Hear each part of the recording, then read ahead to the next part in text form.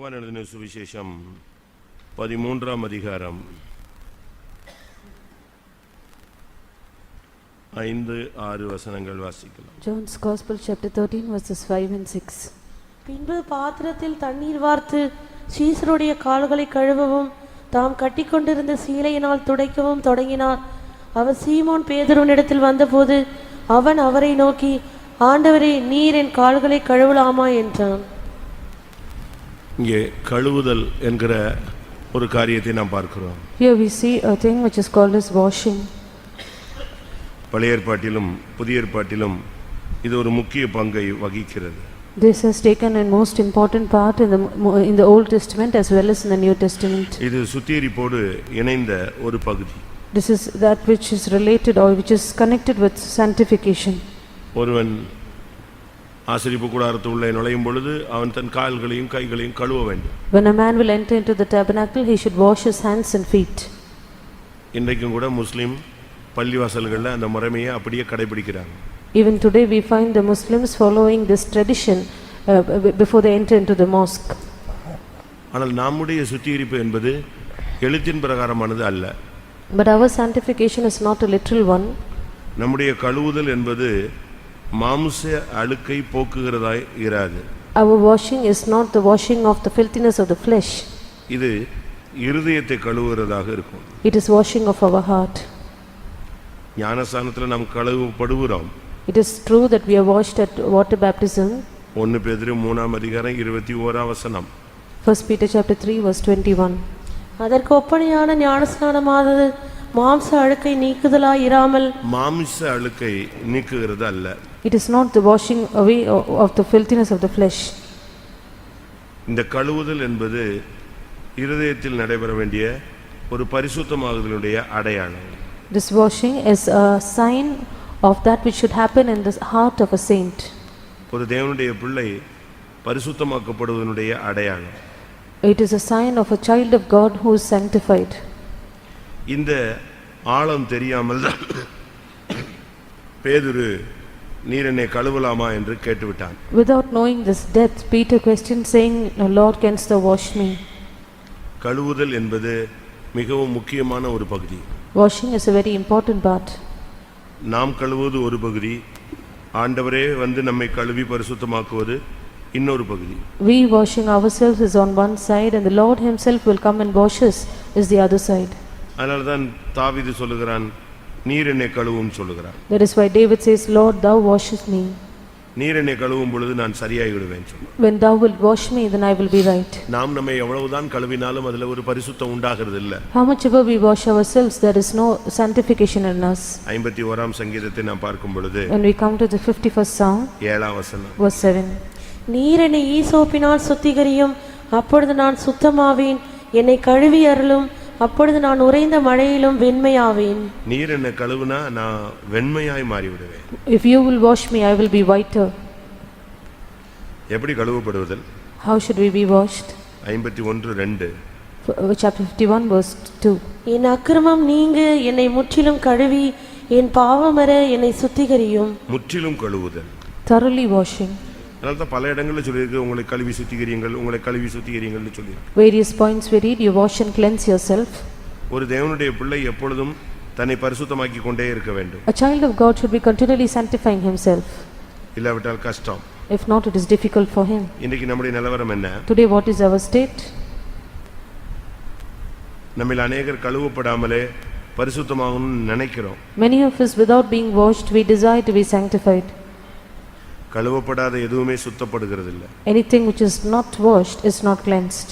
இங்கே இவன் சொல்லுகிறான், ஆண்டவரே நீர் என் கால்களை கழுவலாமா? Here he questioned, saying, Lord, dost thou wash my feet? இவன் ஓரளவு கழுவப்பட்டவன். He was a man who was cleansed to an extent. But இப்பொழுது அவனுடைய கால்களை கழுவ விரும்புகிறார். But now the Lord desires to wash his feet. ஏன்? Why? இந்த கழுவுதலுடைய சத்தியம் அவனுக்கு தெரிஞ்ச பிறகு அவன் சொல்றான், After knowing the truth of being washed, he says, என்ன சொன்னான்? what did he say? என் கையை கழுவுங்க. அடுத்து என்ன சொன்னான்? என் தலையை கழுவுங்க. வரிசையை சொல்லிட்டே வரான். He says, wash my hands, wash my head, and he continues like that. கீழே வாசிங்க, யோவான் 13:8-9. John 13 verses 8 and 9. பேதுரு அவரை நோக்கி, நீர் ஒரு காலம் என் கால்களை கழுவப்படாது என்றான். இயேசு அவனுக்கு பிரதியுத்தரமாக, நான் உன்னை கழுவாவிட்டால் என்னிடத்தில் உனக்கு பங்கில்லை என்றார். அதற்கு சீமோன் பேதுரு, ஆண்டவரே, என் கால்களை மாத்திரமல்ல என் கைகளையும் என் தலையையும் கூட கழுவ வேண்டும் என்றான். இயேசு அவனை நோக்கி, முழுகினவன் தன் கால்களை மாத்திரம் கழுவ வேண்டியதாயிருக்கும், மற்றபடி அவன் முழுவதும் சுத்தமாயிருக்கிறான். நீங்களும் சுத்தமாயிருக்கிறீர்கள், ஆகிலும் எல்லாரும் அல்ல என்றார். பாருங்க, இந்த கழுவுதல் ஒரு பெரிய சத்தியம். So washing is a great truth. அதனால இந்த கூட்டங்கள்ல நாம் சரியாய் கழுவப்பட வேண்டும். So in these meetings we should be thoroughly or properly washed. உலகத்துல இந்த நாட்களை வித்தியாசமா அவங்க கொண்டாடுவாங்க. In the world they would celebrate these days in a different way. வித்தியாசமாய் அவங்க ஆசரிப்பாங்க. They will observe these days in a different way. But நம்ம அப்படி அல்ல. But it is not the same with us. நாம் ஆவிக்குரிய விதத்துல இதை கழுவுதலின் நாட்களாய் பரிசுத்தமாகுதலின் நாட்களாய் நாம் பயன்படுத்திக் கொள்ள வேண்டும். But we have to make use of these days spiritually as days of washing ourselves and cleansing and sanctifying ourselves. ஒரு கழுவுதல் நமக்கு தேவை. We need a washing in us. இயேசுவே சொல்றார், நான் உன் காலை கழுவுறேன். Jesus says, I will wash your feet. ஏன் காலை கழுவுனார்? Why he washed the feet? சொல்லுங்க பார்க்கலாம். அவன் திரும்பி சொல்றான், என் கையை கழுவுங்கன்னு சொல்றான். Afterwards he says, wash my hands.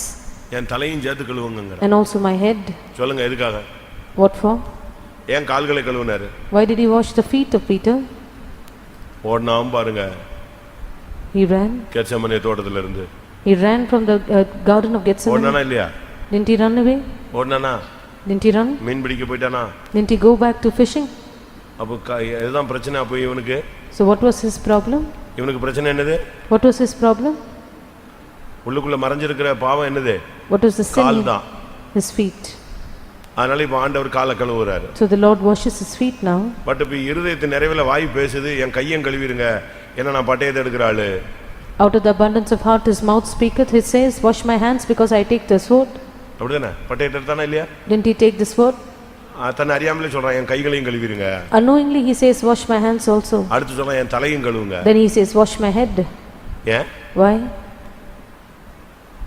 நான் சபிக்கிறவன், சத்தியம் பண்ணுகிறவன், மறுதலிக்கிறவன், என் தலை சரியில்லை, என் சிந்தை சரியில்லை, என்னுடைய எண்ணங்கள் போராட்டங்கள் நிறைந்ததாக இருக்கிறது, நான் ஊழியத்தையே விட்டுட்டேன், மறுபடியும் மீன் பிடிக்க போயிடுவேன், அப்படிப்பட்ட ஆள். அப்படிலாம் நீங்க எதையும் சேர்த்து கழுவுங்க, தலையும் சேர்த்து கழுவுங்க.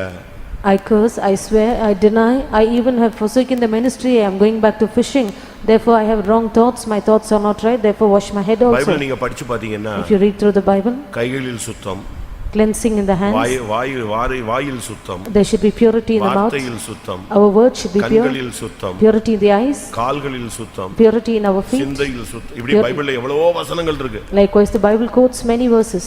நான் இப்ப அதுக்குள்ள போக விரும்பல. I do not want to go into them. ஒரு 5 நிமிஷம் time. 5 minutes I give you time. நம்ம பேதுரு மாதிரி கேட்கலாம்.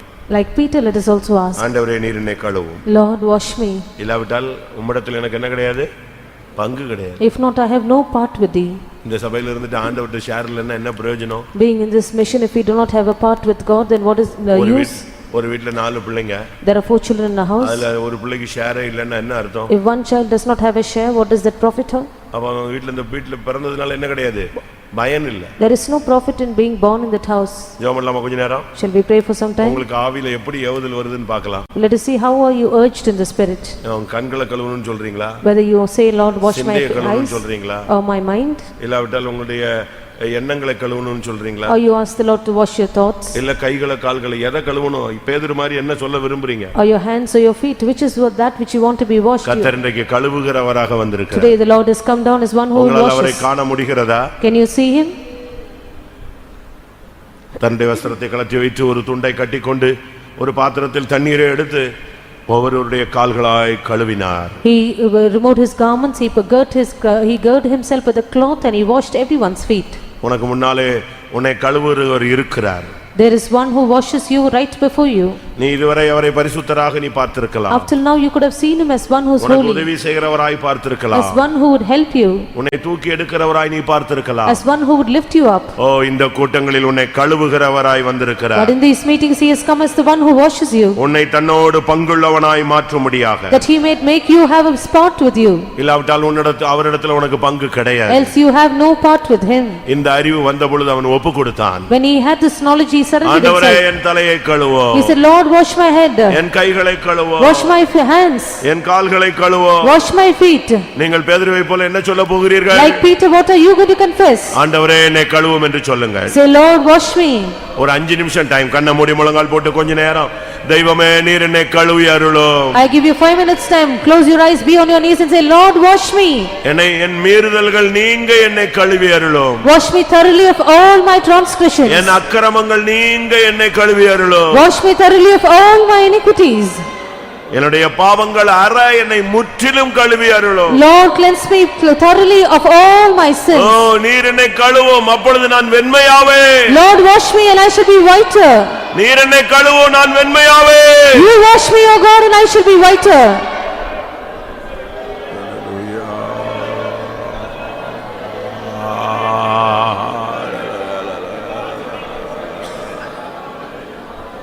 Hallelujah.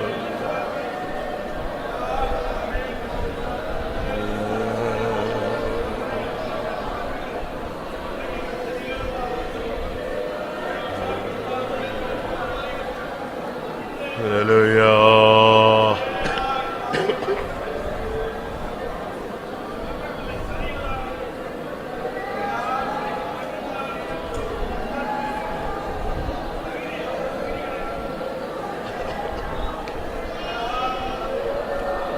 ஆண்டவரே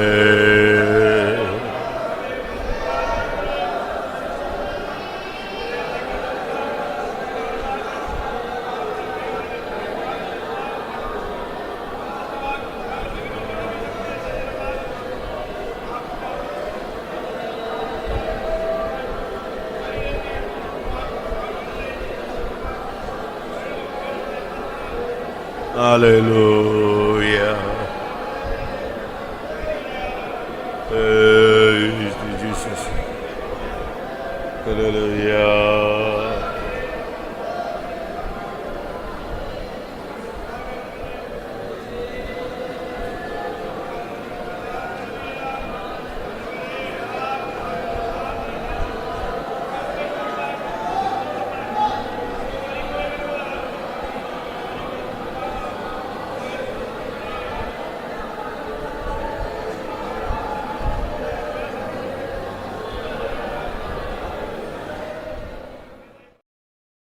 Praise the Lord. Dear viewers, we are happy to pre-launch our Zion Pentecostal Mission Android app now. As a pre-launch offer, you will get a 1-year subscription coupon code at 250 rupees instead of 500 rupees. Check the description for coupon link. Donate us and listen TPM songs and TPM messages in this app. Thank you. May God bless you. Esther 3ஆம் அதிகாரம் முதலாம் வசனம். Esther chapter 3 verse 1. Esther 3ஆம் அதிகாரம் முதலாம் வசனம். இந்த நடபடிகளுக்கு பின்பு ராஜாவாகிய அகாஸ்வேரு அமெதேத்தாவின் குமாரனாகிய ஆமான் என்னும் ஆகாகியனை மேன்மைப்படுத்தி தன்னிடத்தில் இருக்கிற சகல பிரபுக்களுக்கும் மேலாக அவருடைய ஆசனத்தை உயர்த்தி வைத்தான். இங்கே ஒரு மனிதன் உயர்த்தி வைக்கப்படுகிற ஒரு நிலவரத்தை நாம் பார்க்கிறோம். Here we find a man who is being exalted. அவனுக்கு எந்த விதத்திலையும் தகுதிகள் கிடையாது. He has no such qualifications to be exalted.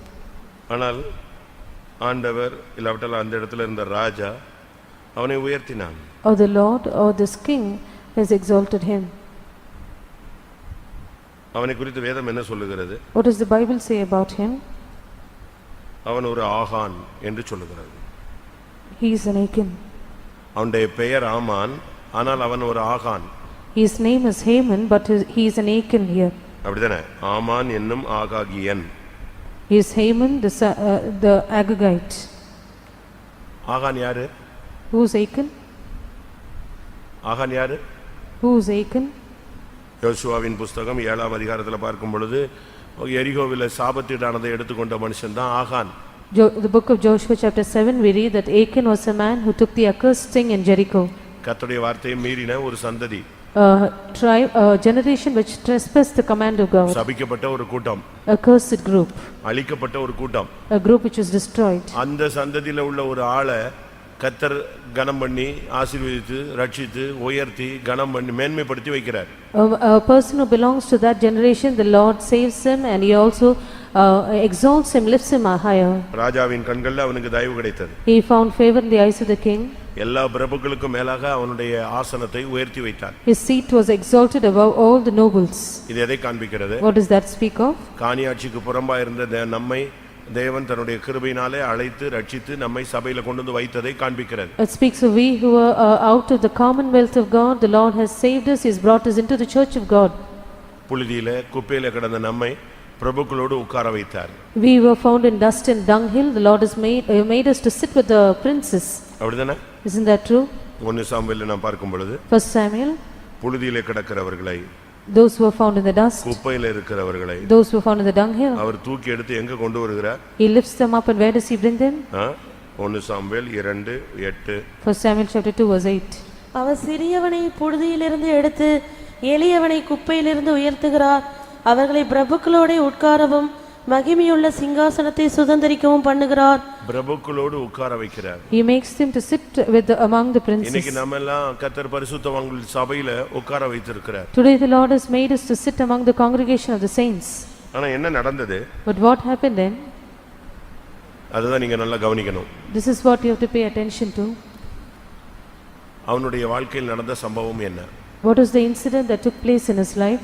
நல்ல விதத்துல ராஜாவும் தேவனும் அவனை கனம் பண்ணி உயர்த்தி ஆசீர்வதித்து எல்லாரை விட மேன்மையாக வைத்துக் கொண்டு வருகிறார். In the right manner the Lord and the king had exalted him, blessed him, and also kept him more excellent than all the others. ஆனா இப்பொழுது அவனுக்கு நிலவரம் எப்படி மாறி கொண்டு வருகிறது? Now what is the state that is in him? நமக்கு ரட்சித்திருக்கிறாரு, He has saved us, அபிஷேகம் பண்ணியிருக்காரு, anointed us, நல்ல சபையில கொண்டு வந்திருக்காரு, brought us into his church, ஊழியக்காரங்களோட ஐக்கியம் வச்சிருக்கிறாரு. the fellowship of the saints. இன்னும் ஒரு ஸ்டெப் போனா நம்ம மகிமைக்கு போயிடுவோம். Just another step we will be in glory. அப்படிதானே? Isn't that true? அப்படிதான் இப்ப நம்ம எல்லாருமே கற்பனையில இருக்கிறோம். Each of us are in such an imagination. ஒருவேளை அது உண்மையாக இருக்கலாம். Perhaps it might be true. ஆனா இடையில நடந்த சம்பவம் என்ன? But what happened in between? அவனுடைய வாழ்க்கையில கொஞ்சம் கொஞ்சமாக வீழ்ச்சி உண்டானது. Little by little there was a fall in his life. 1ஆம் வசனம் சொல்லுகிறது அவனை உயர்த்தி வைத்தான். Verse 1 says he was being advanced. ஆனா அதுக்கு பின்பு அவனுடைய வீழ்ச்சிக்கு காரணம் என்ன? What was the reason for his fall after which? ஞானஸ்நானம் பெற்று அபிஷேகம் பெற்று சபைக்குள்ள வந்துட்ட பிறகு நம்முடைய கேரக்டரை ரொம்ப மாற்றணும், உருவாக்கணும். After we are water baptized, anointed, come into the church, our character should be changed and formed. சும்மா இங்க வந்துட்டு வேடிக்கை பார்த்துட்டு போறதோ இல்ல கொஞ்ச நேரம் ஆவியில் நிரம்பிட்டு போறதோ ஏதோ வந்துட்டு போறோங்கிற மாதிரி ஒரு மெம்பர்ஷிப்பா இருக்க கூடாது. We should not just be members of the church and be spectators of having come here and returning. நாம் இந்த சபைக்கு வந்து ஒரு சப்ஸ்கிரைபர் கிடையாது. We are not a subscriber of the church. நாம் தான் search. We are the church. நாம் தான் அவயவம். We are the members. இவனுடைய வீழ்ச்சியின் தொடக்கம் என்ன? What is a beginning of his fall? Esther 3:5. Esther chapter 3 verse 5. ஆமான் மொர்தெகாய் தன்னை வணங்கி நமஸ்கரியாததை கண்டபோது மூர்க்கம் நிறைந்தவன் ஆனான். இதான் முதல் அவனுடைய வீழ்ச்சியினுடைய துவக்கம். This was the beginning of his fall. என்ன செய்யல? What did he not do? அவனை ஒருத்தன் விஷ் பண்ணல. One did not wish him. 1000 பேர் விஷ் பண்றான், அதுல ஒரு ஆள் விஷ் பண்ணாம போயிட்டான். Thousands were greeting him, but one of them did not greet him. அவன் வந்தா எல்லாரும் எழும்புவாங்க. Everyone will stand up when he comes. எல்லாரும் வாழ்கன்னு சொல்லுவாங்க. They will all greet him. ஒரு சிலர் கையை உயர்த்தி கும்பிடுவாங்க. Some will raise their hands ஒரு சிலர் and தலையை தாழ்த்துவாங்க. some will bow their heads down. ஏதோ ஒரு விதத்துல அவனுக்கு எல்லாரும் நமஸ்காரம் செய்தாங்க. In some way they will all show reverence to him. But இவன் ஒரே ஒரு ஆள் மொர்தெகாய் இவனுக்கு என்ன செய்யல? விஷ் பண்ணல. This one man Mordecai, he did not wish him. இது அவனால பேர் பண்ணவே முடியல. This could not be endured at all in his stead. தாங்க முடியல அவனால. He could not bear it. பயங்கரமா மூர்க்கமாயிட்டான். He was full of wrath. எப்படி இருக்குன்னு பாருங்க. What is that state? இப்படி யாருக்காவது இருக்கா? Is anyone in that state? யாராவது உங்களுக்கு சோத்திரம் பண்ணாம போயிட்டாங்கன்னா உங்களுக்கு எப்படி இருக்கும்? If anyone has not greeted you, how will you feel? சொல்லுங்க. நீங்க சோத்திரம் பண்ண மாட்டீங்க. You will not greet them back. உடனே என்ன சொல்லுவீங்க? Give respect, take respect ன்னு சொல்லுவீங்க. Immediately you will say give respect and take respect. மரியாதை கொடுக்காதவனுக்கு என்ன மரியாதை? If they do not give respect, then what should I respect them for? ஏன் நீங்க ஏரியா பிரேயர் போல? Why didn't you go for the area prayer? அந்த வீட்டுக்கு போனா வான் கூட அந்த ஆள் சொல்லல. If you go there, the person will not invite us. மரியாதார் தலைவாசல் மிதிக்க வேண்டாம். Do not step into the door of them who do not respect you. அப்படிதானே? Isn't that நம்ம true? இப்ப எல்லாரும் நம்மள வந்து ஹானர் பண்ணனும்ங்கற ஒரு ஸ்டேட்டஸ்க்கு வந்துட்டோம். All of us have come to a status where we should be honored by the people. ஆனா நீங்க எவ்வளவு பேரை ஹானர் பண்றீங்க? But how many do you honor? கனம் பண்ணுவதில் ஒருவரை ஒருவர் முந்திக் கொள்ளுவர். We should take a step forward in honoring one another. பிரச்சனையே இங்க தான் ஸ்டார்ட் ஆச்சு. That is where the problem began. ஆமானுடைய வீழ்ச்சியினுடைய ஃபர்ஸ்ட் ஸ்டெப் மத்தவன் தனக்கு ஸ்தோத்திரம் பண்ணல, அதான் பிரச்சனையே. The first step of the fall in the life of Haman was that other did not give him reverence.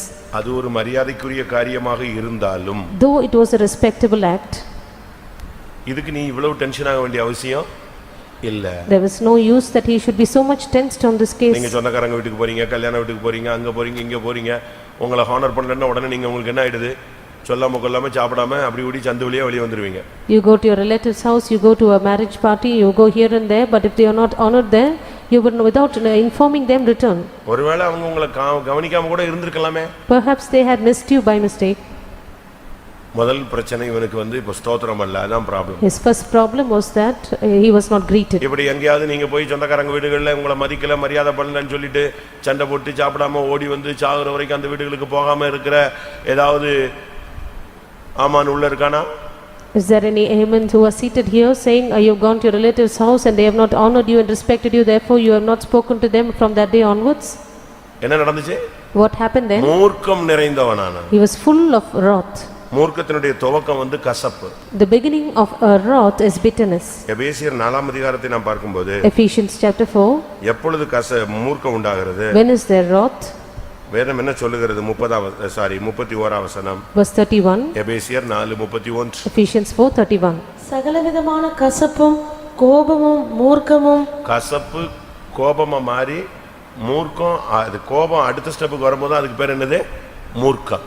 Bitterness become anger and anger becomes wrath. அதுக்கு பிறகு சத்தம் கூடிரும். After which we run. அதுக்கு பிறகு கெட்ட வார்த்தை வந்துரும். Then we speak blasphemies. அப்படிதானே?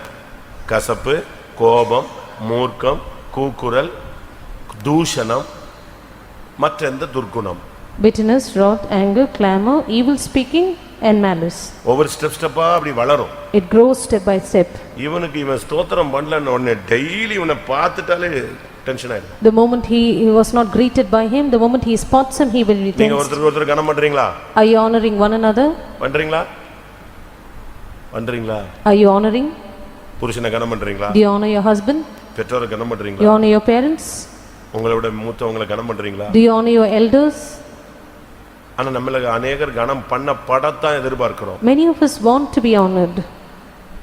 அதுதான் ஆமானுடைய ஆவி. That is the spirit of Haman.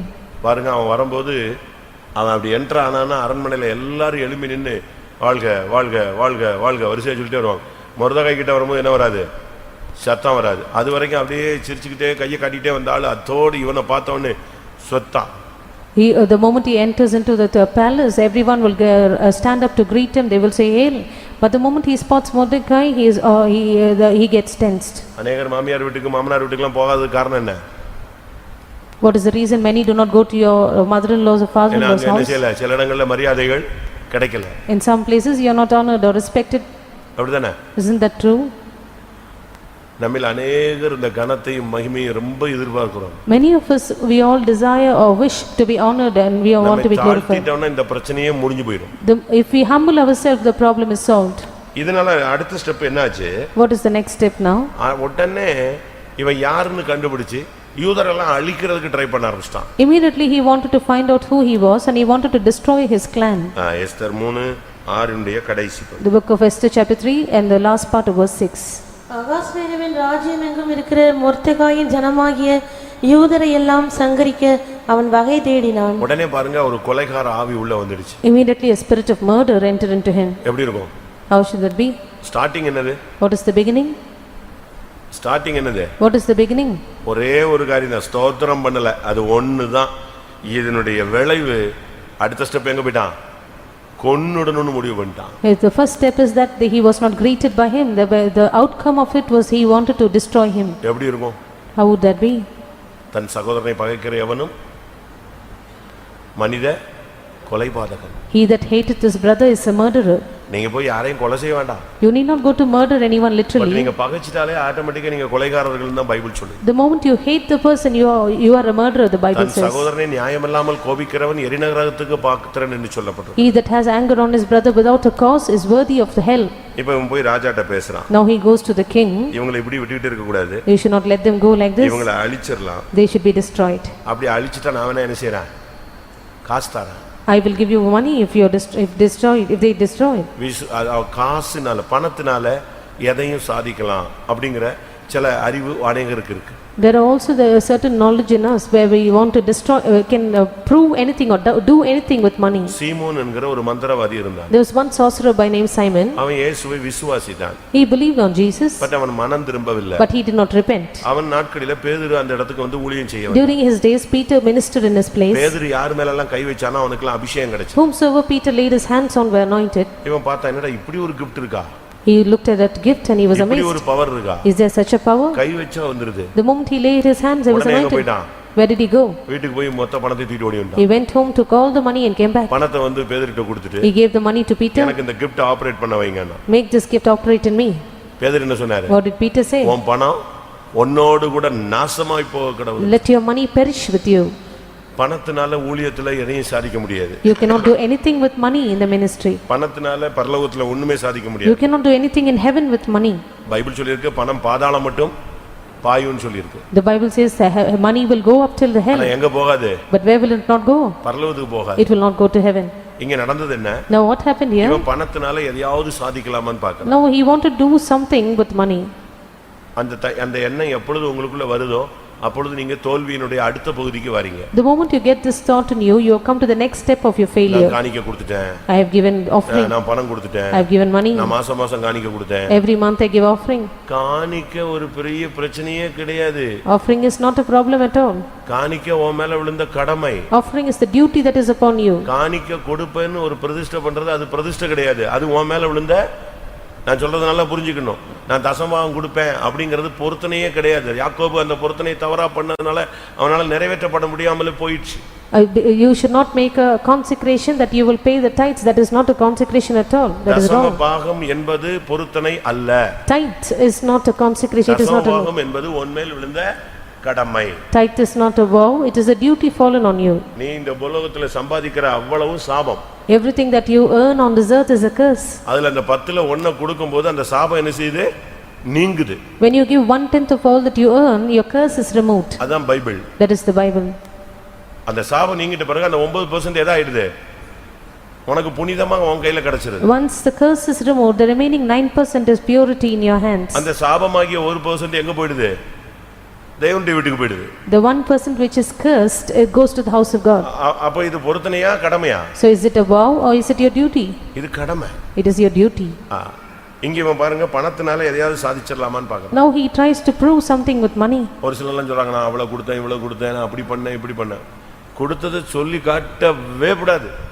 Some will say I have given this much and that much, I have done this and that. You should never mention what you have done. நீங்க பாருங்க நம்ம தான் இப்படி கையில காசு வாங்குறோம். This is how we get money in our hands. அப்போஸ்தலர் கையில காசு வாங்குனதே கிடையாது. The apostles never took money in their hands. எங்க வைக்கணும்? Where should they be laid? எங்க வைக்கணும்? அப்போஸ்தலர் உட்கார்ந்து இருப்பாங்களோ இல்ல நின்னுட்டு இருக்காங்களோ பிரசங்கம் பண்ணிட்டு இருக்காங்களோ வர்றவங்க எல்லாம் எங்க காசு வச்சிட்டு போயிடுவாங்க? அப்போஸ்தலருடைய பாதங்கள்ல வச்சிட்டு போயிடுவாங்க. Whether the apostles stand or sit or whether they are preaching, those who come should lay the money at the feet of the apostles. இப்ப நம்ம அப்படி இல்ல, இப்ப கொஞ்சம் ஹை டெக்கா மாறி இருக்கோம் அவ்வளவுதான். We are not the same. We have become a little high tech now. நீங்க வேணா பாருங்க. You can consider திருப்பதியில at Tirupati, எந்த சாமி கையில கொடுக்கறான், எந்த பூஜாரி கையில கொடுக்கறான்? which is that god or which is that எந்த priest கையில கொடுக்கறான்? which is the priest he is handing over the money to? ஒருத்தன் கையிலும் கிடையாது. To none. எல்லாம் அங்க எதுல போட்டு போயிடுறாங்க? உண்டியல் பெட்டியில போட்டு போயிடுறான். They put it in the offering box. யாரு போட்டானே தெரியாது. No one knows who has offered. 100 ரூபாய் 50 ரூபாய் போடுறானா? Whether 100 or 50. crores கணக்குல போடுறான். And the money goes in the amount of crores. நான் போன வாரம் படிச்சேன், எண்ணி பார்த்தானா 1000 கோடி இருந்துச்சாம். Last ஒரு week மாச வருமானம்.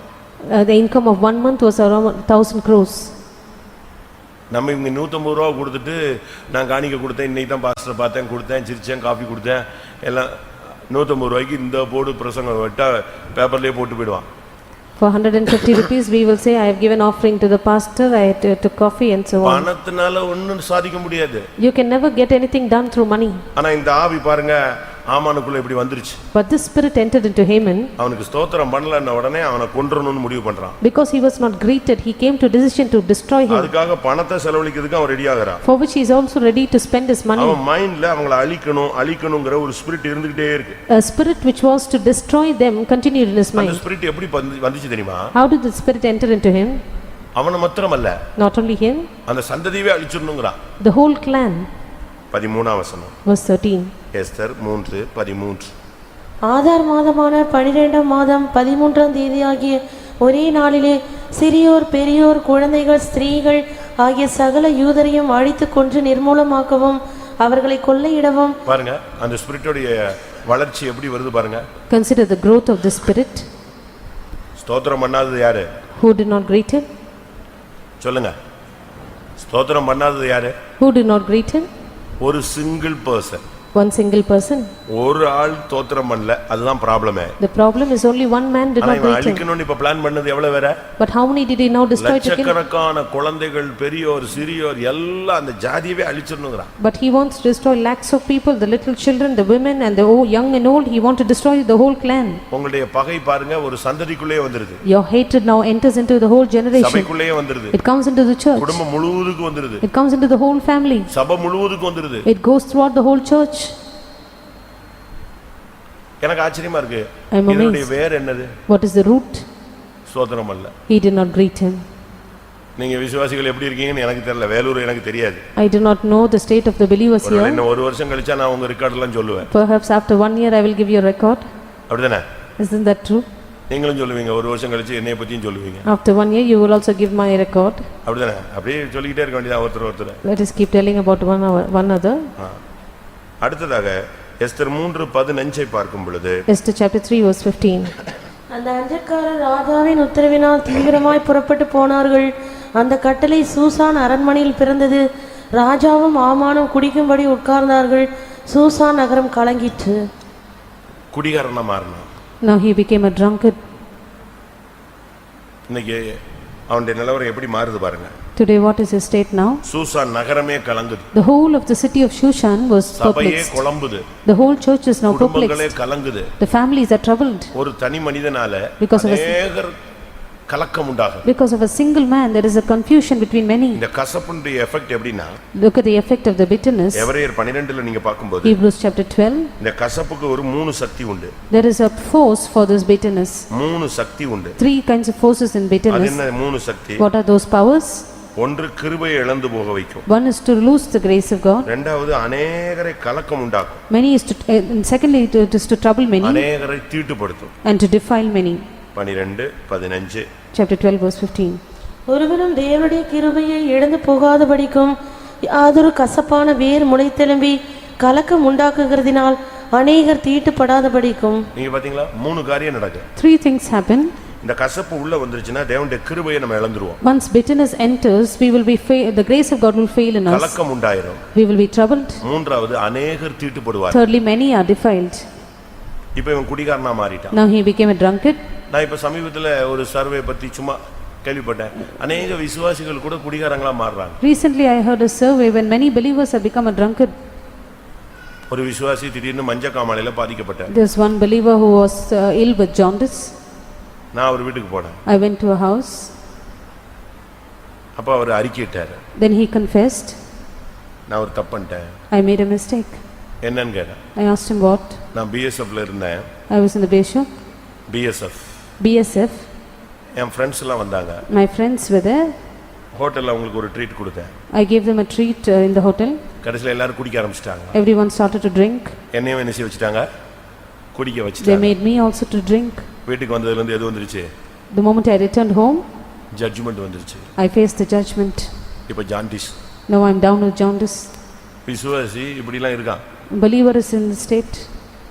ஒரு சில விசுவாசி பையங்க குடிக்கிறாங்க. There are believer boys who are drinking. அன்னைக்கு ஒரு பையன் கன்வென்ஷன்ல பேசுறான். In the convention there was one boy who met me. அவங்க அப்பா சொன்னாரு. His father said. பீர் குடிக்கிறது தப்பு இல்லங்கறான். He says it is not wrong to drink beer. ஏன்னா அது பழரசம். Because it is wine juice.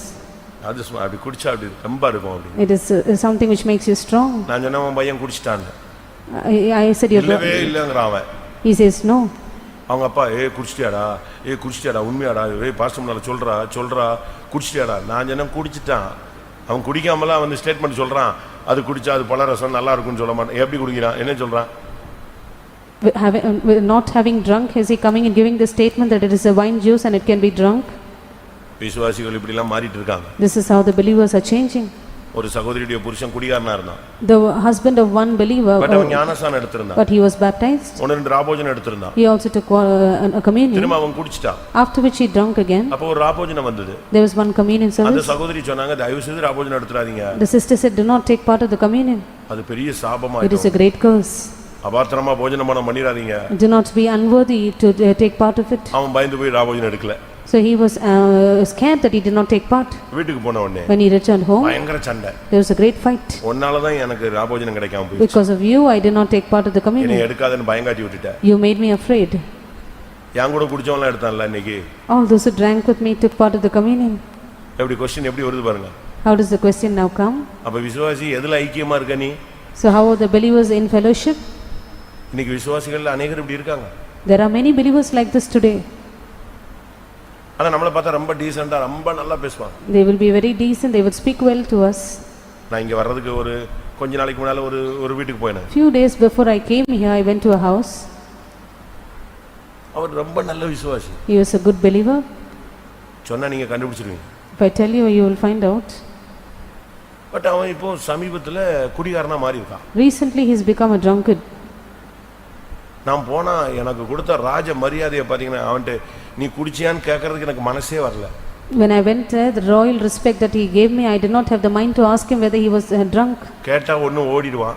If I ask இல்ல him, குடும்பத்தை விட்டு போயிடுவான், இல்ல செத்து போயிடுவான். if I ask him, either he will run away or leave his family or he will die. இப்ப கடைசி காலத்துல இது ஒரு ஸ்பிரிட், ஆமானுடைய வல்லமை நம்முடைய பையங்களை நம்முடைய விசுவாசிகளை குடிகாரங்களா மாத்துற ஒரு This is the spirit of Haman. The spirit, this power is making our young boys, our believers as drunkards. இன்னைக்கு அநேகர் இப்படி கெட்டு போய்கிட்டு இருக்காங்க. Many are perishing in this way in these last days. அடுத்து இவனுக்குள்ள உள்ள கேடு என்ன? What is the next imperfection in him? Esther 5ஆம் அதிகாரம் 9ஆம் வசனம். Esther chapter 5 verse 9. அன்றைய தினம் ஆமான் சந்தோஷமும் மன மகிழ்ச்சியுமாய் புறப்பட்டான். உலக பிரகாரமான மகிழ்ச்சி, சந்தோஷம். It is the worldly joy and gladness. ஏன்னா எஸ்தர் விருந்துக்கு கூப்பிட்டாச்சு. Now Esther has called him for the feast. இப்ப அவனுக்கு விருந்து, சாப்பாடு, கெட் டுகெதர் இதுதான் இப்ப ரொம்ப பிடிச்சிருக்கு. Now his desire is that he wants a feast, a festival or a get together. இன்னைக்கு அநேகருக்கு நம்முடைய விசுவாசிகளுக்கு கூட இதுதான் பழக்கம். Many of our believers also have this practice. தயவு செய்து இந்த விருந்து, பர்த்டே, இந்த ஆட்டம் பாட்டம் இதெல்லாம் நம்ம நிறுத்தணும். Kindly I request you do stop with all these festivals and feasts and celebrations. பிறந்த நாள் கொண்டாடுறது, To celebrate the birthday, அதுக்கு ஒரு ஹோட்டல்ல கொண்டு போய் கொண்டாடுறது, take them to a hotel and celebrate there. பிறந்த நாள் கொண்டாடினதுனால ஒருத்தன் தலையே போயிடுச்சு. யாரு? யோவான் சானனுடைய தலை போனதுக்கு காரணமே என்னதுதான்? பர்த்டே தான். Celebrating a birthday, a man was beheaded. ஊழியக்காரங்களும் பர்த்டே கொண்டாடுறாங்க. Even the servants of God are celebrating the birthday. எந்த ஹோட்டல்ல கொண்டாடுறது? Which hotel? நமக்கு பர்த்டே எல்லாம் நமக்கு தேவையில்லாத ஒரு சப்ஜெக்ட் அது. Birthday is an unwanted subject in our side. ஒரு வேளை போன வருஷம் செத்து போயிருப்ப, தப்பி வந்துட்டீன்னா அதுக்கு வேணா கொண்டாடு. Perhaps you would have died last போன year. வருஷம் செத்துட்ட, எப்படியும் உன்னை எழுப்பிட்டாங்க அப்படின்னா, ஐயோ ஒரு வருஷத்தை கூட்டி கொடுத்தாரு அப்படின்னா பரவாயில்ல, ஏதோ அதுக்காக சாகிற வரைக்கும் கர்த்தருக்கு ஸ்தோத்திரம் எனக்கு 87வது பிறந்த நாளுங்கிறான். டேங்க அப்பா, நமக்கு என்ன பிறந்த நாள்? அதுக்கு ஒரு சாக்லேட்டு, அதுக்கு ஒரு கேக்கு, அதுக்கு ஒரு கெட் டுகெதர், அதுக்கு ஒரு பிரியாணி, அதுக்கு ஒரு சண்டை, அதுக்கு ஒருத்தன் தலை போடுறது. What do we have to celebrate a birthday? We have to give a cake or a chocolate and finally fight and lose somebody's head. அவ டான்ஸ் ஆடினா. She danced. யாரு? ஏரோதனுடைய தம்பி மனைவியினுடைய மகள் டான்ஸ் ஆடினா. Herodias, she danced. ஆடி முடிஞ்ச உடனே இவன் கேட்டான், உனக்கு என்ன வேண்டும்? After she finished her show, he asked him what she அது needed. போய் அவங்க அம்மாட்ட கேட்டுச்சு, என்ன வேணும்னு கேக்குறாரு. She went and asked her mother what he wanted. அவ பயங்கரமான பார்ட்டி அவ. She was a terrible party. அவ சொன்னா யோவான் சானுடைய தலையை வாங்கிட்டு வாண்டா. She asked for John the Baptist's head. ஏன்? Why? யோவான் சொன்னான்னு சொல்லி அவன் தம்பி மனைவி வச்சிருக்கிறது தப்புன்னு சொல்லியிருந்தான். Because John the Baptist had pointed out that he had his brother's wife as a concubine. எப்படி தம்பி மனைவி நீ வச்சிருக்க You தப்புன்னு சொன்னான். you are in connection with your brother's wife. உண்மையதானே சொன்னா? He said, what is the இந்த truth? தம்பி மனைவி அக்கா மனைவி அண்ணன் மனைவி இந்த கேஸ்லாம் வைக்கிறவெல்லாம் சபைக்குள்ள வரக்கூடாது. Those who have துரத்திடுவேன். those who have such illegal connections should not be in the church. நம்முடைய சபையுடைய குவாலிட்டியை கெடுக்கிறவங்க. They are those who destroy the quality of the church. ஏதோ அறியாமை உள்ள காலங்கள் அதெல்லாம் முடிஞ்சு போன காலங்களா இருக்கட்டும். In times of ignorance you would have done this, but those are times which it has come to an end. ரட்சிக்கப்படுறதுக்கு முன்னால உள்ள கதையை நான் இப்ப பேசல. I do not speak of those stories before your salvation. ரட்சிக்கப்பட்டு சபைக்குள்ள வந்துட்ட பிறகு நான் அங்க போனேன், அண்ணன் மனைவி தங்கச்சி மனைவி வண்டியில ஏத்துனேன், டூ வீலர்ல ஏத்துனேன், கார்ல ஏத்துனேன், இந்த சப்ஜெக்டே வரக்கூடாது சபைக்குள்ள. After being saved you should not go to your brother, your sister's, your wife's sister or to someone else and took them, gave them a ride in your car, in your bike. உலக பிரகாரமான மனமகிழ்ச்சி சந்தோஷம் நமக்கு தேவையில்லை. Worldly rejoicing or worldly gladness is not needed. இந்த உலகத்துல எந்த விதமான என்டர்டெயின்மென்ட்டும் கிடையாது. Pentecostal man does not have any entertainment in this world. கர்த்தருக்குள் மகிழ்ச்சியா இருப்பதே நம்முடைய பலன். The joy of the Lord is our strength. அதே வசனம் என்ன சொல்லுகிறது? The same verse, what does it say? அவனுடைய இன்னொரு முகத்தை காண்பிக்குது. He shows him other side of his face. ஆனாலும் ராஜாவின் அரண்மனை வாசலில் இருக்கிற மொர்தெகாய் தனக்கு முன் எழுந்திராமலும் அசையாமலும் இருக்கிறதை ஆமான் கண்டபோது அவன் மொர்தெகாயின் மேல் உக்கிரம் நிறைந்தவன் ஆனான். அதே ஒரே வசனத்துல சந்தோஷம் மகிழ்ச்சின்னு இருக்கு. அதே வசனம் என்ன சொல்லுது? டென்ஷனை சொல்லுது. The same verse which speaks of joy and gladness now speaks of the tension he had. எதுக்கு திரும்பியும் இதே பிரச்சனை தான்? What for now? இதே பிரச்சனை தான். What is the problem again? என்னைய கனம் பண்ணல. He did not honor me. நான் உங்க வீட்டுக்கு வந்தேன். I came to your house. அப்பா இப்படி இப்படி இழுத்துக்கிட்டே போயிட்டாரு. Your father went the other side. அண்ணன் இப்படி இப்படி போயிட்டான். Your brother went to the other side. அவ்வளவு சீப் ஆயிட்டானா நான்? Have I become so cheap? அவ்வளவுதான் திருப்பி இந்த ஆவி ஏறிடுச்சு, கப்புன்னு ஏறிடுச்சு. Again the spirit is coming to you. இப்ப மறுபடியும் அவனுக்கு பழைய நிலவரத்துக்கு வந்துட்டான். He has come back to his old state. அவ்வளவு நேரம் ரொம்ப சிரிச்சு சந்தோஷமா இருந்தவன் பட்டார்னு டென்ஷன் ஆயிட்டான். One who was smiling and was rejoicing now is again tensed. அடுத்து இவனுடைய இன்னொரு குணம் என்ன? Next character in Haman. என்ன வந்தாலும் டென்ஷன் ஆவான், டக்குன்னு அப்படி சேஞ்ச் ஆயிடுவான். அவன மாதிரி நடிக்க முடியாது. Whatever happens he would be full of wrath and finally he would change. No one can act like him. 10th Verse 10.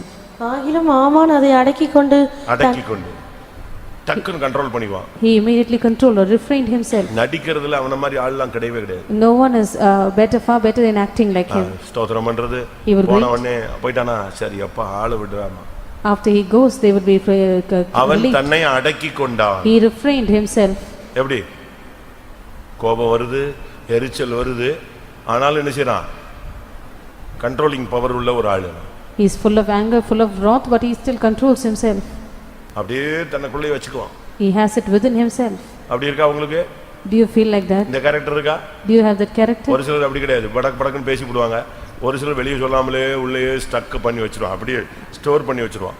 Some will speak right at the spot, but some will not speak, so they will store it within themselves. லொடலொடன் பேசுறவனை நம்பிரலாம். You can speak one who is a babbler. படக் படக்குன்னு பேசுறவனையா நம்பிரலாம். One who immediately speaks up, you can trust them. தமிழ்ல சொல்லுவான் ஊமை என்ன செய்யும்? ஊரையே கெடுத்துருவான்.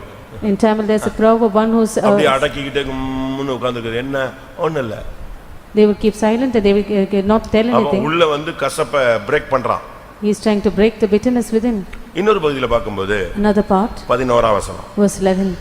தன் ஐஸ்வரியத்தின் மகிமையையும் தன் பிள்ளைகளின் திரட்சியையும் ராஜா தன்னை பெரியவனாக்கி தன்னை பிரபுக்களின் மேலும் ராஜாவின் ஊழியக்காரர் மேலும் உயர்த்தின எல்லாவற்றையும் ஆமான் அவர்களுக்கு விவரித்து சொன்னான். இவனுடைய பெருமையை இப்ப பார்க்கலாம். Now we can see about his pride. ஐஸ்வரியத்தின் மகிமையை The சொல்றான். glory of his riches. தான் பிள்ளைகள் அண்ணன் படிக்கிறாங்க, இதை படிக்கிறாங்க, அதுல வேலையை பார்க்கறாங்க, அவனுக்கு அண்ணன் கார் இருக்கு, இந்த கார் இருக்கு, 3 வீடு இருக்கு. சமீபத்துல ஒரு கல்யாண பைராட்டாவை பார்த்தேன். Children are educated in this manner, they work here and there, they have so many cars and this is their houses. Recently I happened to read a biodata. கவனிங்க. Pay attention. பைராட்டா தேடிட்டு இருக்கவங்க எல்லாம் கொஞ்சம் கவனிங்க. Those who are writing the biodata, listen. அந்த பைராட்டாவை நான் பார்த்தேன்.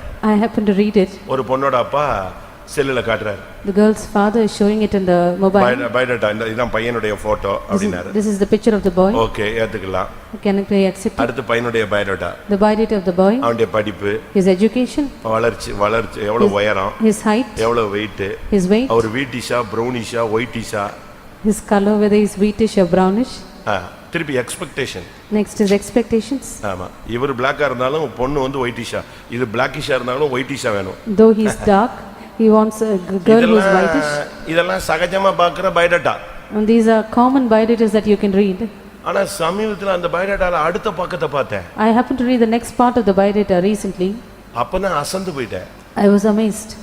எனக்கு இந்த இடத்தில் ஒரு வீடு இருக்கிறது, இந்த இடத்தில் இவ்வளவு நிலம் இருக்கிறது, இந்த இடத்தில் ஒரு 3 வீடு இருக்கிறது, இந்த இடத்தில் 4 வீடு இருக்கிறது. As per total 3 crores something. அசையா சொத்தினுடைய மதிப்பு 3 கோடி அப்படின்னு போட்டிருக்கான். அப்ப இனிமே கல்யாணம் கட்டவரவன் என்ன செய்யணும் சொல்லுங்க? 3 கோடிக்கு கீழே உள்ளவன் அந்த தெருவிலேயே என்ன செய்யக்கூடாது, போகக்கூடாது. He says he has a house here, he has land here, property there and so இது on. வந்து பையனுடைய பயோடேட்டா.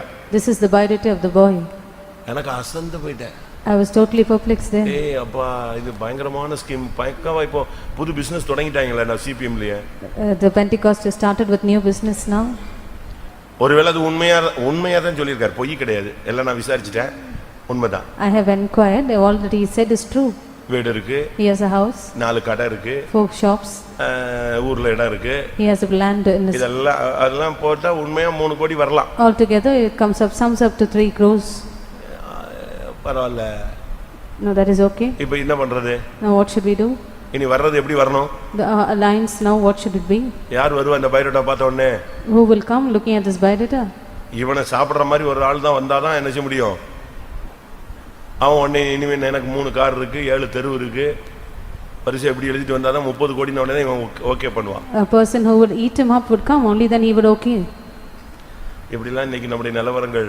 ஆமானுடைய ஆவி சபைக்குள்ள பூந்து தம்முடைய ஐஸ்வர்யத்தின் மகிமை, தன்னுடைய திரட்சி, என் பிள்ளை அதை படிக்கிறான், இதை படிக்கிறான், என் பொண்ணு அதை படிக்குது, இதை படிக்குது, இதான் ஒன்று அபிஷேகம் பற்றிச்சான்னு கேட்டால் தலையை கீழே போட்டுருவான். போட்டு இந்த பாம்பு படத்தை கீழே போட்ட மாதிரி தம்மா.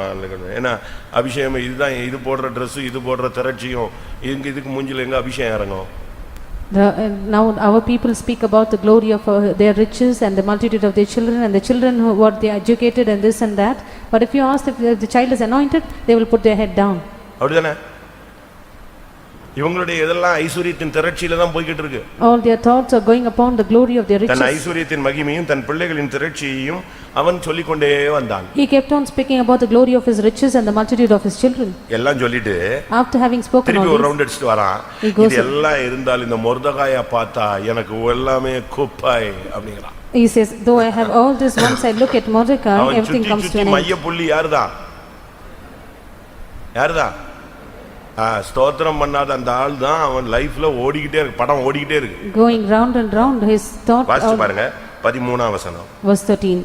ஆனாலும் அந்த யூதனாகிய மொர்தெகாய் ராஜாவின் அரண்மனை வாசலில் உட்கார்ந்திருக்கிறதை நான் காணும் அளவும் அவையெல்லாம் எனக்கு ஒன்றுமில்லை என்றார். ஒண்ணுமே கிடையாது. These all availeth nothing.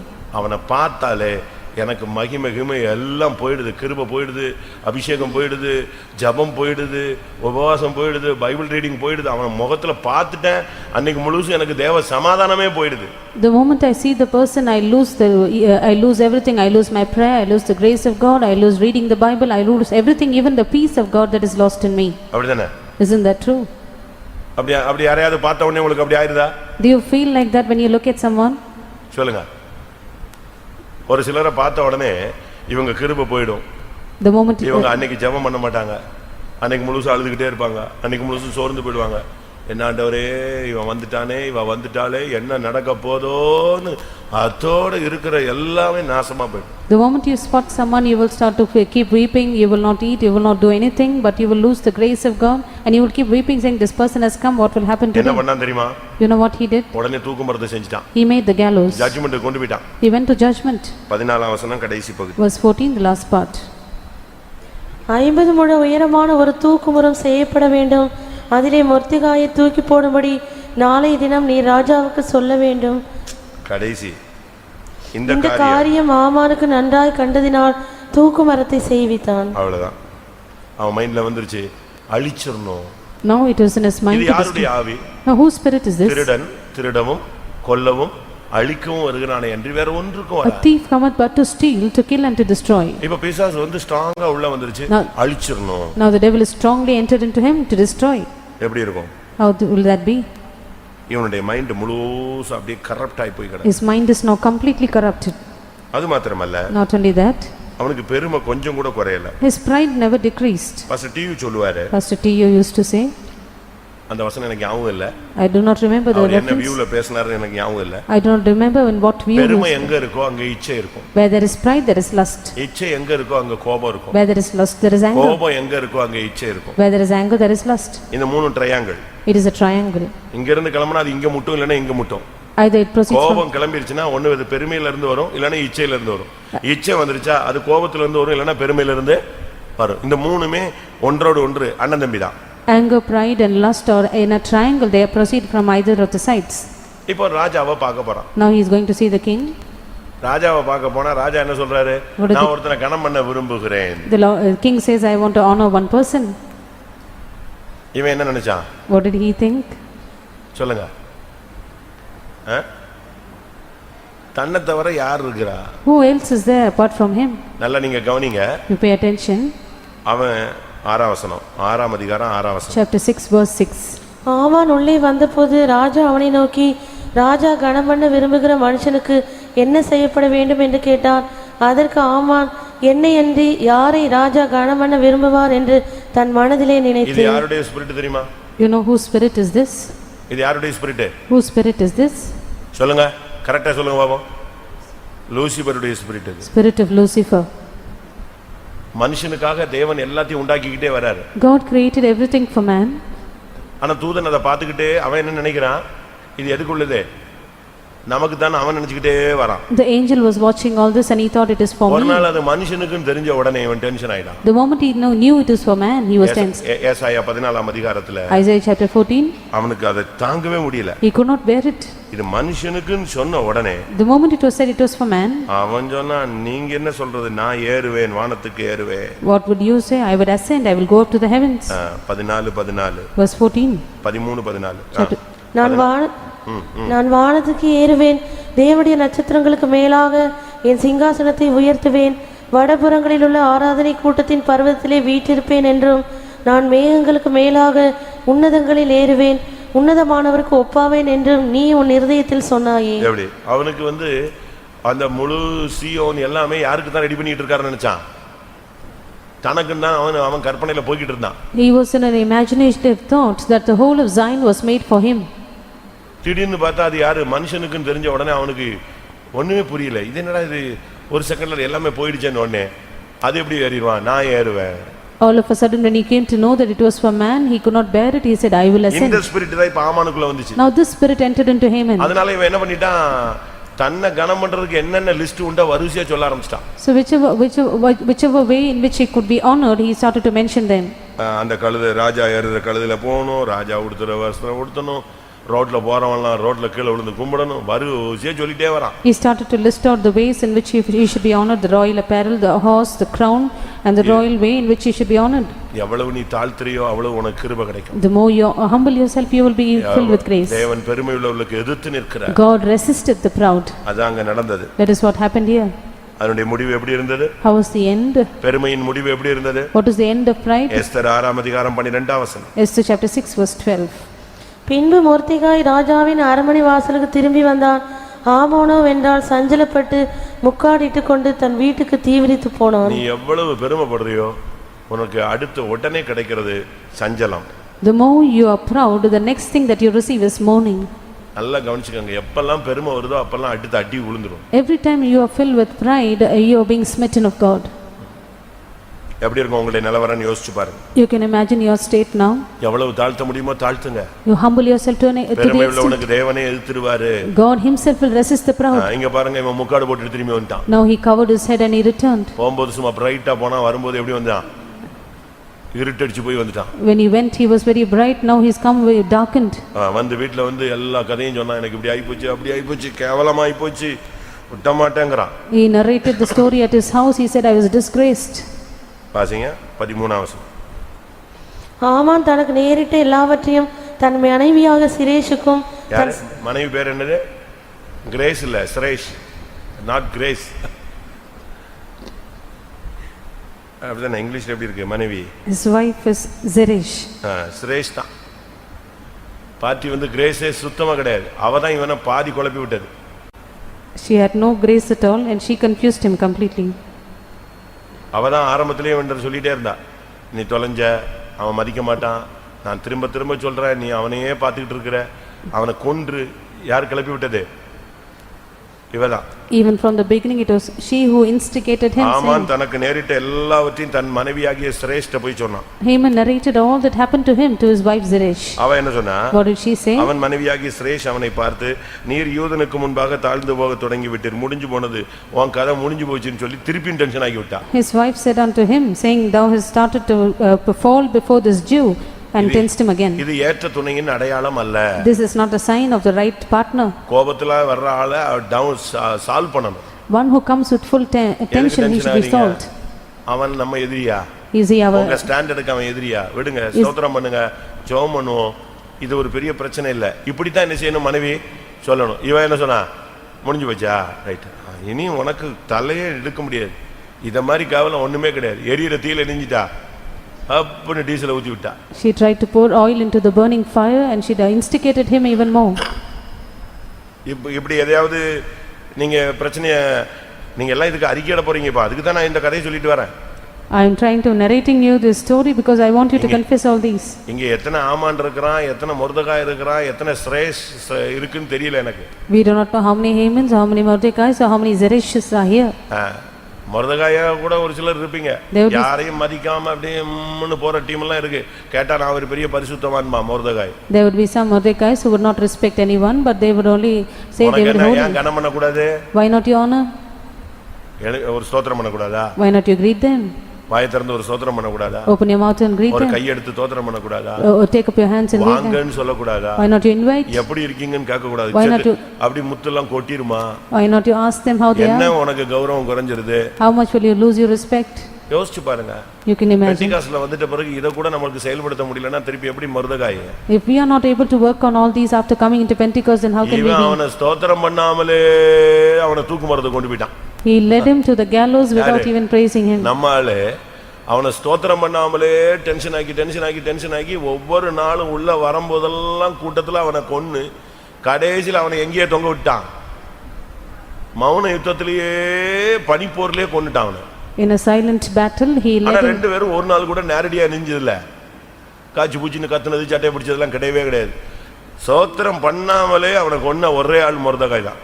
Mordecai is the only person without greeting him led him to the gallows. அவனை தூக்கு மரத்திலே தொங்க விட்டான். He made him hang on the gallows. என்ன நடந்தது? What happened then? அவன் மனைவி திருப்பி அவனை full டென்ஷன் ஆக்கி விட்டா. His wife tensed him again. ஆனா இப்ப முடிவு என்ன? Now what is the end? 7ஆம் அதிகாரம் 5ஆம் வசனம். Chapter 7 verse 5. அப்பொழுது ராஜாவாகிய அகாஸ்வேரு மறுமொழியாக ராஜாத்தியாகிய எஸ்தரை நோக்கி, இப்படி செய்ய துணிகரம் கொண்டவன் யார்? அவனை. இப்ப ஆமானுடைய பேர் எப்படி ஆயிடுச்சு? Now what is his name? துணிகரம் கொண்டவன் யார்? Who is the one who is presumptuous like him? முடிஞ்சு போச்சா? Has it come to an end? Final அந்த ஜட்ஜ்மென்ட்க்கு வர்றான். It's come to the final judgment. வீழ்ச்சியின் உச்சகட்டம். இப்போ இவனுடைய பெயர் என்னது? துணிகரம் கொண்டவன். His height of fall is that he is come to a person. அடுத்து 6ஆம் வசனம். Verse 6. அதற்கு எஸ்தர், சத்ருவும் பகைஞனுமாகிய அந்த மனிதன் இந்த துஷ்ட ஆமான் தான் என்றார். அடுத்த பேர் என்ன வந்துருச்சு? What is this? ராஜா துணிகரங்கறான், ராஜாத்தி என்ன சொல்றா? துஷ்டன். The king says he is presumptuous, the wife says, the queen says he is the wicked Haman. இப்போ ராஜாவுக்கு ராஜாத்திக்கு முன்பாக ஆமான் திகில் அடைந்தான். Haman was afraid before the king and the queen. மரணம் அவனை தேடினது. Death sought for him. எப்படி இருக்குன்னு பாருங்க. What is that state? தொடக்கம் எப்படி இருந்துச்சு? How was the beginning? மகிமையான தொடக்கம். A glorious beginning. உன்னுடைய தொடக்கம் அற்பமா இருந்தாலும் முடிவு மகிமையா இருக்கணும். If your beginning is despicable, your end should be glorious. அப்படிதான் பைபிள் சொல்லுது. That is what the Bible says. அற்பமான ஆரம்பமா இருந்தாலும் முடிவு சம்பூர்ணமா இருக்கணும். Though your beginning is small, your end should be மகிமையான perfect. தொடக்கம். Glorious beginning. எவ்வளவு தோல்வியான ஒரு முடிவு. What a great failure the end was. எல்லாரும் கொஞ்ச நேரம் கண்களை மூடுவோம். Let us all close our eyes for some time. எனக்குள், நமக்குள், உங்களுக்குள் இந்த ஆமான் இருந்தால் இன்றைக்கு ஆமானுக்கு ஒரு முடிவு உண்டாகட்டும். If Haman is found in me, in you, in us, then let us bring an end to Haman today. ஆமான் விருந்துக்கு உயிரோடு வந்தான். Haman came alive for the feast. விருந்து முடியும் பொழுது அவன் மரணத்தை சந்தித்தான். At the end of the feast he faced death. நீங்களும் நான் இந்த கூட்டத்துக்கு வரும்போது ஆமான் உயிரோடு வந்திருக்கலாம். Haman would have come alive to this meeting when you came. திரும்பி போகும்போது ஆமான் உங்களோட உயிரோடு வரக்கூடாது. When you return, Haman should not return alive. அவனை தேவனுடைய பலிபீடத்துல வைங்க. Place him on the altar of God. ஒரு விடுதலை நமக்கு உண்டாகட்டும். Let us have a deliverance. ஆம், இந்த ஆமானுடைய தாக்குதல் எனக்குள்ள இருக்கிறது என்கிறதை ஒத்துக்கொள்கிறவர்கள் கண்களை மூடி முழங்கால் படியிடுவோம். All those who accept I have this attack of Haman in me, let us all close our eyes, kneel down. ஒரு 10 நிமிடம் நீங்க தேவனுடைய சமூகத்துல நான் சொன்ன பாயிண்ட்ல உங்க இருதயத்தை டச் பண்ண பாயிண்ட பலிபீடத்துல வைங்க. For 10 minutes, all the points which touched your heart from among the points that I mentioned, place them on the altar. கர்த்தர் நம்மை நேசிக்கிறார். The Lord loves us.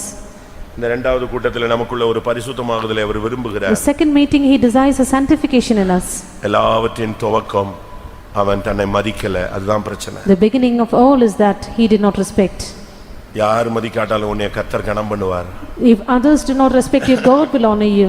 பரலோகம் உன்னை கனம் பண்ணா அது போதும். Heaven will honor you, that is sufficient. தேவன் உன்னை கனம் பண்ணா அதை விட மேன்மை வேற ஒண்ணுமே இல்லையே. If God will honor you, there is nothing more excellent than that. முகஸ்துதியை ஏன் விரும்புகிறாய்? Why do you want to be falsely pleased or falsely மனுஷன் உன்னை கனம் பண்ணனும் ஏன் விரும்புற? Why do you want man to please you, honor you? உன்னை கனம் பண்ண தேவன் காத்திருக்கிறார். God is waiting to honor you. நீ மனுஷன் கனம் பண்ணல, அவங்க எனக்கு மரியாதை கொடுக்கல, இவங்க என்னை ரிசீவ் பண்ணல, இவங்க எனக்கு அதை செய்யல, இப்படிப்பட்ட துக்கத்தெல்லாம் பலிபீடத்துல வைங்க. All the sorrows that you have that because man did not honor you, they did not give you respect, place them on the altar. உன்னுடைய ஐஸ்வரியத்தின் மகிமையை பத்தி பேசாத. Do not speak அது கர்த்தர் கொடுத்த ஈவு. Do not speak of the glories of your riches, that is the gift of God. பெருமை பாராட்டாத. Do not be proud. மூர்க்கத்தை பலிபீடத்துல why. Place your wrath on the altar. மூர்க்கம் சபிக்கப்பட கடவுதுன்னு சொல்லி இருக்கு. It is said wrath be cursed. அது ஒரு சாபமான சுபாவம். It is a cursed character. கர்த்தருடைய கரத்துல ஒப்பு கொடுப்போம். Place into the hands of the Lord. எத்தனை பேர் தாழ்த்துறீங்க? How many of you humble yourself? எத்தனை பேருக்கு உங்களால ஒப்பு கொடுக்க முடியும்? How many of you can surrender yourself? முழங்கால் படியிட்டு சத்தத்தை உயர்த்தி தாழ்த்தி ஆமானை ஒரு முடிவுக்கு கொண்டு வர நீங்கள் ஒப்பு கொடுங்கள். Be on your knees, raise your hands and humble yourself and surrender yourself to bring an end to Haman. Hallelujah, hallelujah, hallelujah.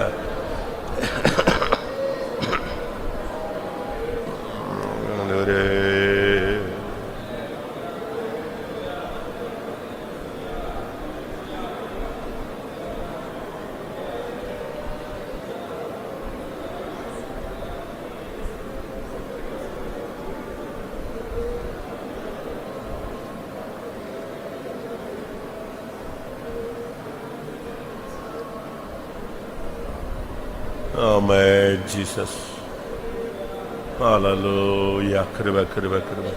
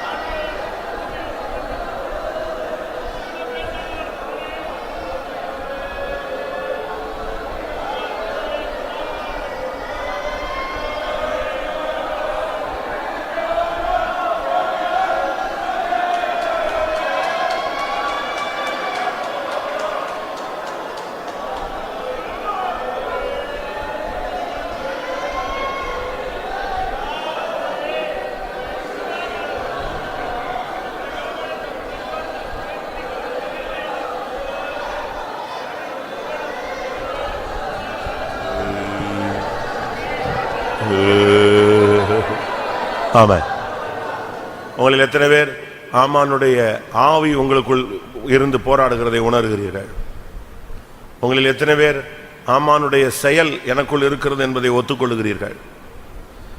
ஆமானுடைய ஆத்மாவில் இருந்த கலக்கம், ஆமானுடைய ஆவியில் இருந்த போராட்டம், ஆமானுடைய சரீரத்தினுடைய வெளிப்பாடுகள், செயல்கள், பேச்சுகள், அந்த தன்மைகள் எனக்குள்ள அடிக்கடி தலையெடுத்து வந்திருக்கிறதை நான் உணர்கிறேன் என்று எத்தனை பேர் உங்களால் ஒத்துக்கொள்ள முடியும்?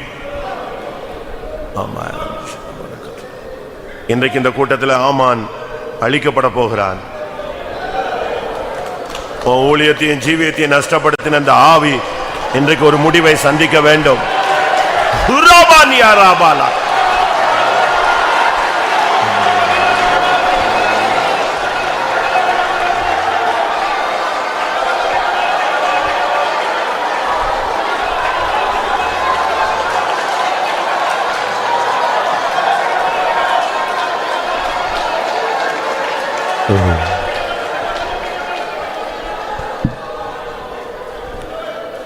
ஆம், ஆமானுடைய தன்மை எனக்குள் வெளிப்படையாக, மறைமுகமாக, ரகசியமாக, சூழ்நிலைகளின் மத்தியில, பல இடங்களில், வீட்டில், வேலை ஸ்தலங்களில், ஊழியங்களில் நான் அதை வெளிப்படுத்தி அந்த வல்லமைக்கு அடிமைப்பட்டிருந்தேன்.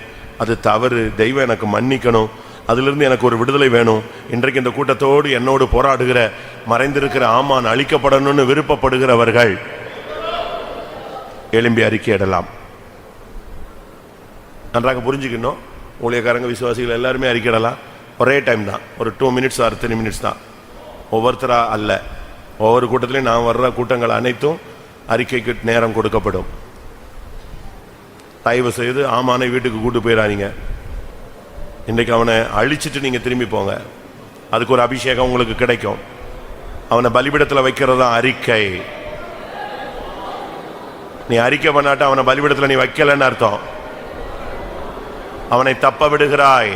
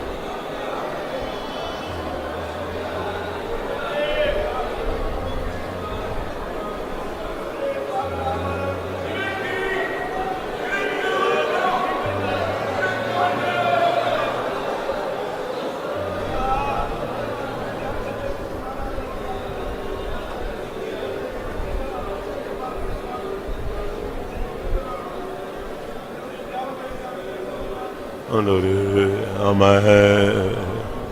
Hallelujah, hallelujah.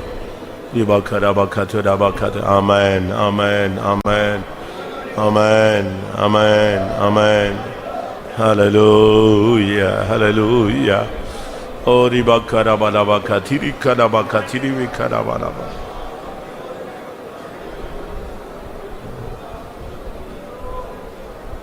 Amen. அறிக்கை செய்தா உட்காரலாம். அடுத்த அக்கினிக்கு நீங்கள் இடம் கொடுக்க வேண்டும்.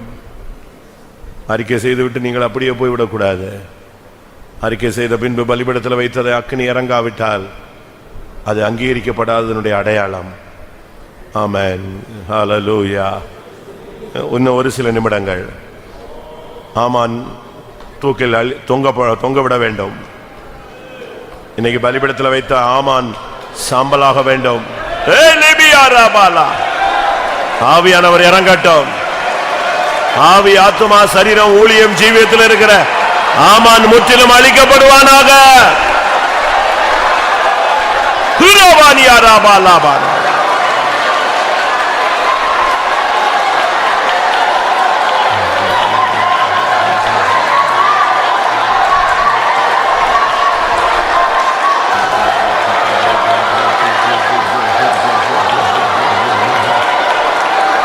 ஆமாம்.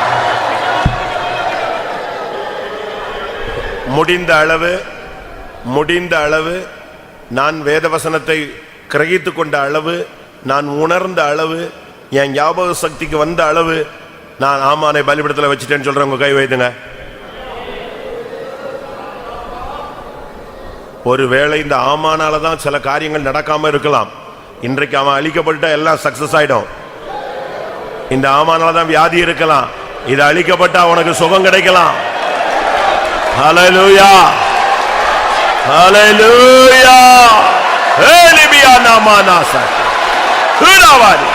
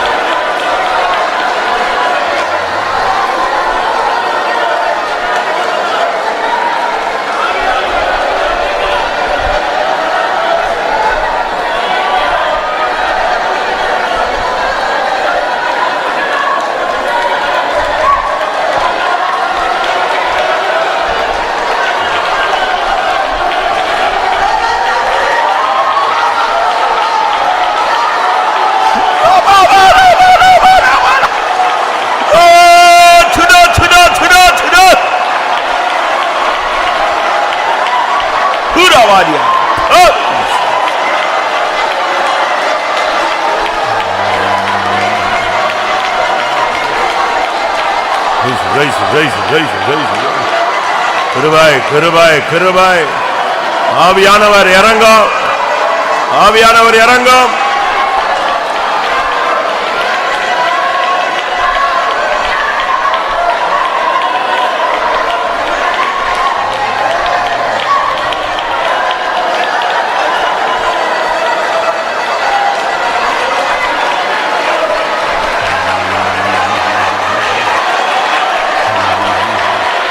ஆமா, அபிஷேகம் இறங்கும் போதே தெரியும். அது இறங்கும் போதே உங்களுக்கு ஃபீல் பண்ண முடியும். ஆமான் அழிக்கப்படுவதை நீங்கள் உணரலாம். அபிஷேகம் எப்படி இறங்குறத உணர்றீங்களோ அதே போல இந்த அபிஷேகம் ஆமானை அழிப்பதையும் நீங்கள் உணரலாம். ஹல்லேலூயா, ஹல்லேலூயா, ஹல்லேலூயா. அந்த அபிஷேகத்துக்கு இடம் கொடுங்க. ஆமானை அழிக்கும் அபிஷேகம்.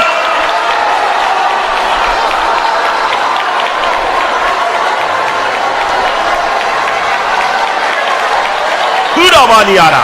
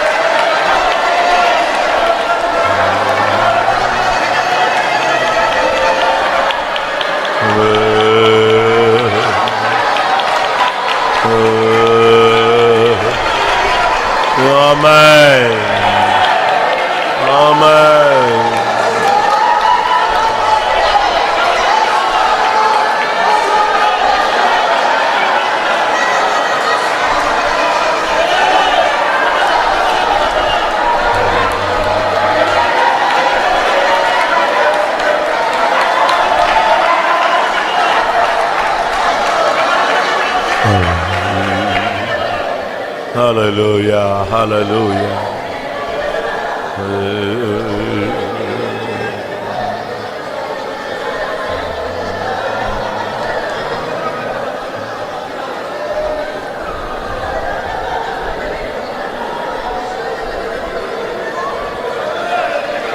ஆமா,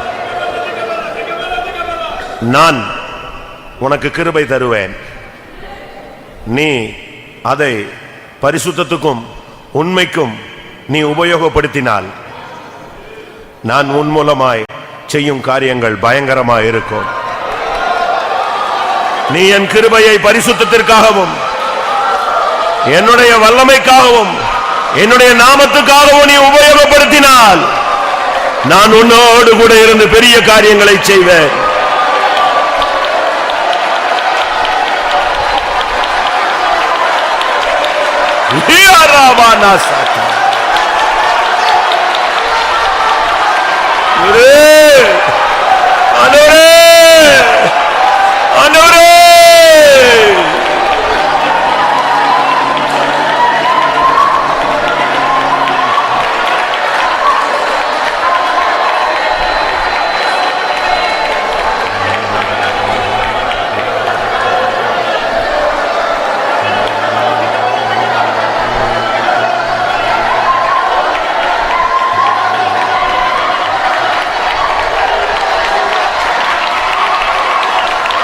Bala karaba karaba karabala roina bakatura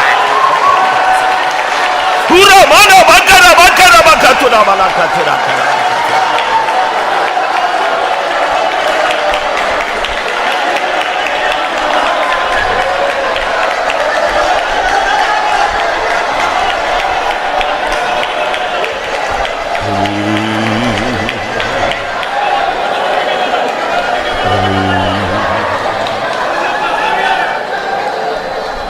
Bakada bakatu.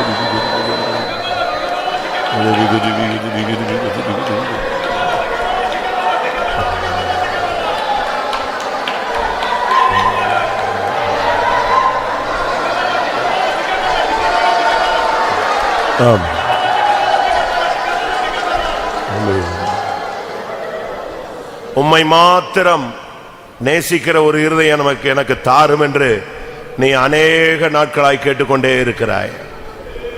உம்மை மாத்திரம் நேசிக்கும் கூடிய இருதயம் எனக்கு தாரும் என்று நீ அநேக நாட்களாய் கேட்டுக்கொண்டிருக்கிறாய். நான் அதை உனக்கு தருவேன்.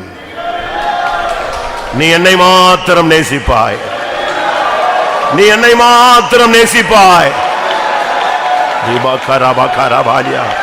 Shidabala katura varia, Shidabala karaba katura, Shidabala katura, Idaba katura, Idaba katura, Ibakara variara. Hey!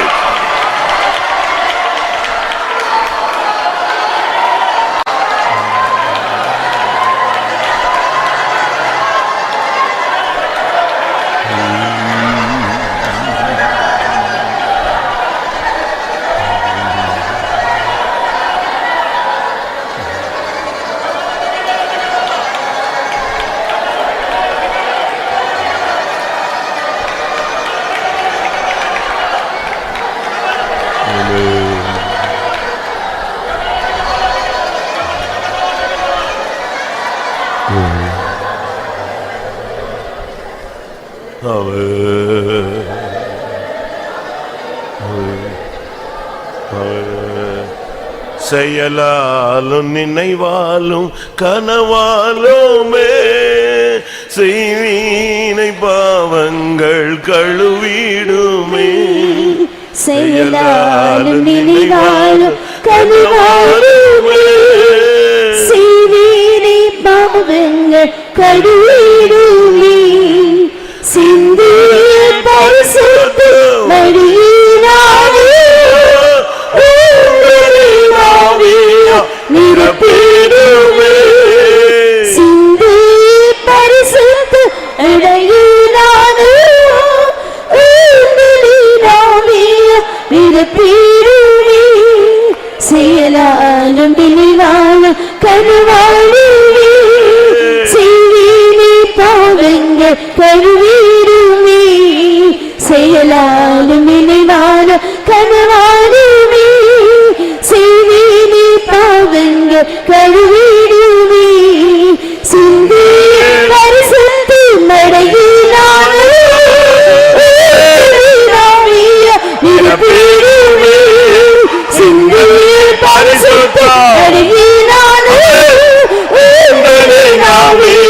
இருப்பிடுமே சிந்தியின் பரிசுத்த அடியினாலே இந்த நீராவிய இருப்பிடுமே சிந்தியின் பரிசுத்த அடியினாலே இந்த நீராவிய இருப்பிடுமே சிந்தியின் பரிசுத்த அடியினாலே இந்த நீராவிய இருப்பிடுமே சிந்தியின் பரிசுத்த அடியினாலே இந்த நீராவிய இருப்பிடுமே சிந்தியின் பரிசுத்த அடியினாலே இந்த நீராவிய இருப்பிடுமே.